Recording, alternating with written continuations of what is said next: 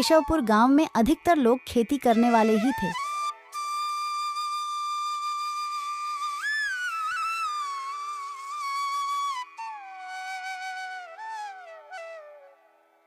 पूरे गांव में सिर्फ 2 ही कुएं थे जिनसे लोगों को पानी मिलता था।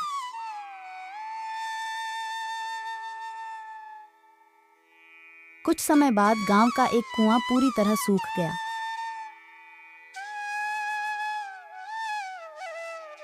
अब पूरे गांव के लोग पानी की जरूरत के लिए एक ही कुएं पर निर्भर थे। दूसरे कुएं से पानी भरते भरते लोगों को लगा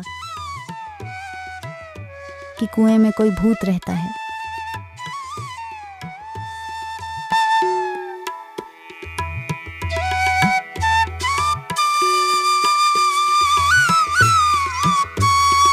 जब गांव के किसान कुएं से पानी भरते थे तो उन्हें अजीब सी आवाजें सुनाई देती थीं।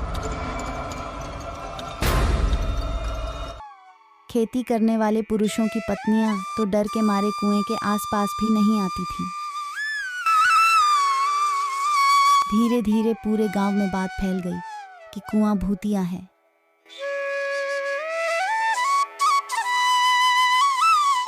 अब रात के समय कोई भी कुएं के पास नहीं जाता था।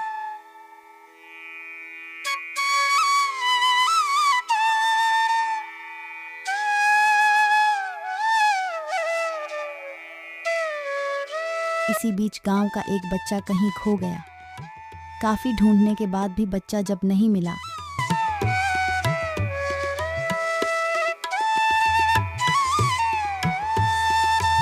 तो कुछ लोग कुएं के पास बच्चे को देखने के लिए गए। वहां पहुंचे लोगों ने बच्चे को कुएं के अंदर मरा हुआ पाया। अब एक तो कुएं का पानी खराब हो गया और दूसरा बच्चा कैसे मरा, इसको लेकर गांव के सभी किसान परेशान हो गए थे।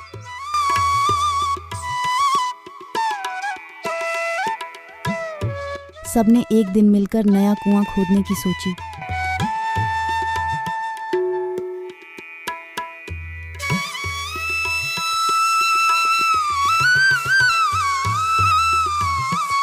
कुछ ही दिनों में कुआं सबने खोद लिया और उसमें पानी भी आने लगा।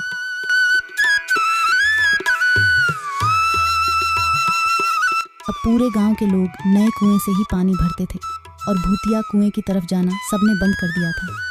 बड़े लोग तो समझदार थे, इसलिए कुएं के आसपास नहीं जाते थे, लेकिन बच्चे वहां अक्सर खेलने के लिए पहुंचे।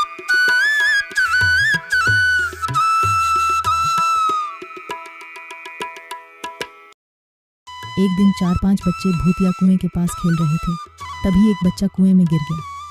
उसके चीखने की आवाज़ सुनकर पूरे गांव वाले दौड़ते हुए भूतिया कुएं के पास पहुंचे। उन्होंने कुएं के अंदर देखा तो बच्चा मरा हुआ दिखा। सबने उस बच्चे के साथ खेल रहे दूसरे बच्चों से पूछा, आखिर क्या हुआ था? बच्चों ने कहा, वो खेलते खेलते पानी को देखने गया और अचानक कुएं में गिर पड़ा। इस हादसे के बाद गांव वालों ने तुरंत एक तांत्रिक को जाकर कुएं के पास बुलाया। वहां पहुंचकर तांत्रिक ने बहुत सारे मंत्र पढ़े, जिसे सुनकर भूत सबके सामने आ गया।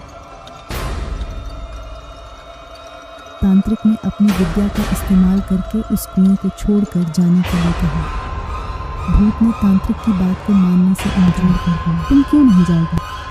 यहाँ आकर बच्चे मर रहे हैं, इसलिए तुम्हें जाना ही होगा। भूत ने जवाब दिया, इस कुएं में सालों से मेरा पूरा खानदान रहता आ रहा है, मैं यहाँ से बिल्कुल नहीं जाऊँगा। इतना कहकर भूत कुएं के अंदर चला गया। अब तांत्रिक ने गांव के लोगों से कहा, इस कुएं के मुंह को ढक दो। ऐसा करने से किसी तरह के हादसे नहीं होंगे। पूरी तरह से रेत और सीमेंट से पक्का ढक्कन बना दिया गया और उसे ढक दिया गया। अब सारे गांव वाले खुशी खुशी रहने लगे। उस दिन के बाद से गांव में ऐसी किसी तरह की घटना नहीं हुई।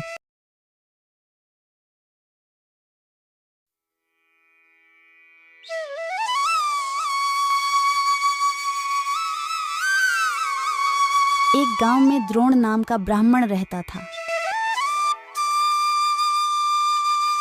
भिक्षा मांगकर उसकी जीविका चलती थी। सर्दी गर्मी रोकने के लिए उसके पास पर्याप्त वस्त्र भी नहीं थे। एक बार किसी यजमान ने ब्राह्मण पर दया करके उसे गाय की जोड़ी दे दी। ब्राह्मण ने उनका भरण पोषण बड़े यत्न से किया। आसपास से घी तेल अनाज मांगकर भी उन गाय को भरपेट खिलाता रहा। इससे दोनों गाय खूब मोटे ताजे हो गए।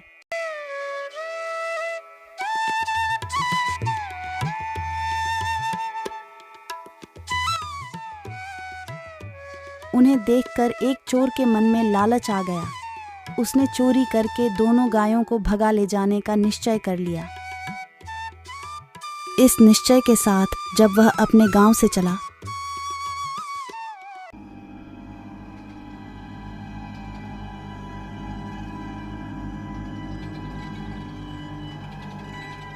तो रास्ते में उसे लंबे लंबे दांतों, लाल आंखों, सूखे बालों और उभरी हुई नाक वाला एक भयंकर आदमी मिला। उसे देखकर चोर ने डरते डरते पूछा, तुम कौन हो? उस भयंकर आकृति वाले आदमी ने कहा, मैं ब्रह्म राक्षस हूँ। पास वाले ब्राह्मण के घर से गायों की जोड़ी चुराने जा रहा हूँ। राक्षस ने कहा, मित्र, पिछले 6 दिन से मैंने कुछ भी नहीं खाया। चलो, आज उस ब्राह्मण को मारकर ही भूख मिटाऊंगा। हम दोनों एक ही मार्ग के यात्री हैं। चलो, साथ साथ चलें।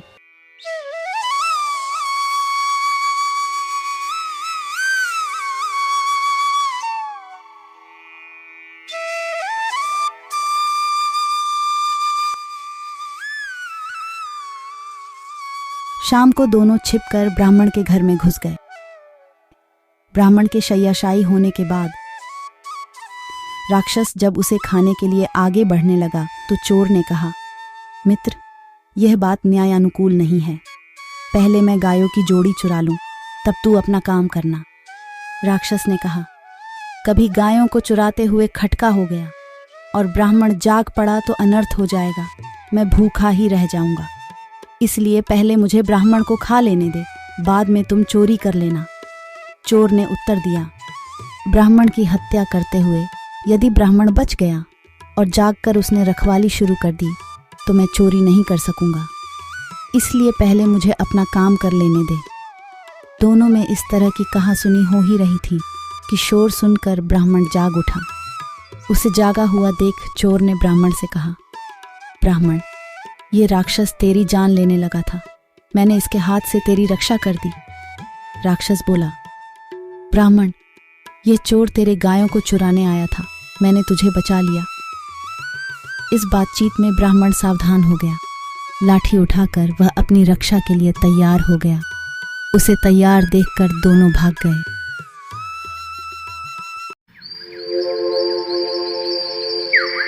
अंधेर नगरी। काशी तीर्थ यात्रा की वापसी में एक गुरु और शिष्य किसी नगरी में पहुंचे। नाम उसका अंधेर नगरी था।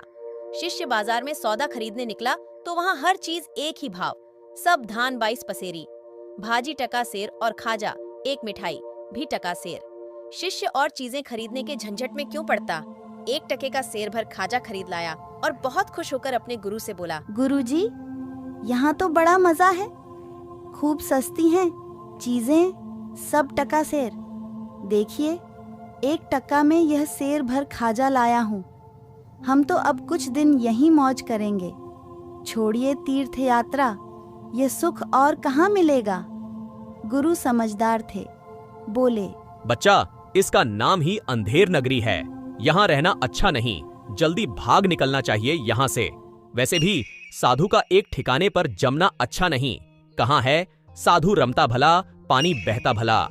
पर शिष्य को गुरु की बात नहीं भाई। बोला, अपने राम तो यहाँ कुछ दिन जरूर रहेंगे। गुरु को शिष्य को अकेले छोड़ जाना उचित नहीं लगा। बोले, अच्छा, रहो और कुछ दिन, जो होगा भुगता जाएगा। अब तक शिष्य अंधेर नगरी का सस्ता माल खा खा कर खूब मोटा हो गया। उन्हीं दिनों एक खूनी को मारने की सजा हुई थी, पर वह अपराधी बहुत दुबला पतला है। उसे कैसे मारेंगे, इस समस्या से निजात पाने के लिए मुखिया ने कहा कि जो आदमी सामने मिले उसे ही मार दो। अंधेर नगरी ही जो ठहरी। हाकिम ने सिपाहियों को हुक्म दिया कि जो मोटा आदमी सामने मिल जाए उसी को मार दो। एक खून के बदले में किसी एक को खून होनी चाहिए, इसकी हो या उसकी, किसी की भी हो, जीव के बदले जीव। सिपाही मोटा व्यक्ति खोजने चले तो वही मोटा शिष्य सामने पड़ा। वह हलवाई के यहाँ खाजा खरीद रहा था। सिपाही उसे ही पकड़कर ले चले। गुरु को खबर लगी, वह दौड़े आए, सब बातें लोगों से मालूम की। एक बार तो उनके मन में आया कि इसे अपनी बेवकूफी का फल भोगने दें, पर गुरु का हृदय बड़ा दयालु था। सोचा जीता रहेगा तो आगे समझ जाएगा। सिपाहियों के पास जाकर बोले, इस वक्त फांसी चढ़ने का हक तो मेरा है, इसका नहीं। क्यों? इस वक्त कुछ घंटों के मुहूर्त में फांसी चढ़कर मरने वाला सीधा स्वर्ग जाएगा। शास्त्र में गुरु के पहले शिष्य को स्वर्ग जाने का अधिकार नहीं है। शिष्य गुरु की चाल समझ गया, चिल्ला उठा, नहीं गुरुजी, मैं ही जाऊंगा। सिपाहियों ने मुझे पकड़ा है, आपको पकड़ा होता तो आप जाते। इसी एक बात पर दोनों ने परस्पर झगड़ना शुरू कर दिया। सिपाही हैरान थे, भीड़ इकट्ठी हो गई। फांसी चढ़ने के लिए झगड़ना वहां के लोगों के लिए यह एकदम नई बात थी। जल्दी ही यह बात मुखिया के कानों तक पहुंची। मुखिया ने कहा, यदि ऐसा मुहूर्त है तो सबसे पहला अधिकार तो मुखिया का ही होता है और उसके बाद क्रम उसके उच्चाधिकारियों का। गुरु शिष्य बहुत चिल्लाए कि साधु के रहते स्वर्ग में जाने का अधिकार किसी दूसरे को कदापि नहीं है, पर किसी ने एक न सुनी। सबसे पहले मुखिया और फिर एक एक करके कई मंत्री अधिकारी मर गए। गुरु ने सोचा कि अब ज्यादा मनुष्य हत्या नहीं होनी चाहिए, तो अफसोस करते हुए बोले, अब तो स्वर्ग जाने का मुहूर्त समाप्त हो गया। तभी गुरु ने शिष्य के कान में कहा, अब यहाँ से जल्दी से निकल भागना चाहिए। देख लिया ना तुमने कि अंधेर नगरी में कैसे कैसे बेवकूफ बसते हैं।